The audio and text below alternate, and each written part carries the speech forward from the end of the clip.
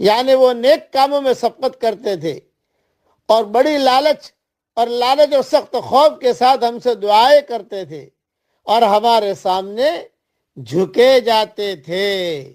اس لیے موت آنی ہے، اللہ کو منہ دکھانا ہے۔ دنیا کی فیشنوں میں، دنیا کے دھندوں میں زیادہ اپنے آپ کو غافل مت کرو، یہ صدیق اکبر کہا کرتے تھے۔ یہ ان کا مختصر سا خطبہ جو طبرانی میں نقل کیا گیا ہے، میں نے آپ کے سامنے پیش کر دیا۔ اب پڑھیے میرے ساتھ، سبحان اللہ و بحمدہ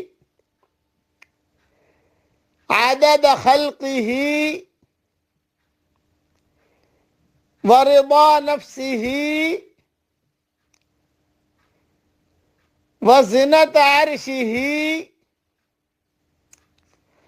ومداد کلماتہ۔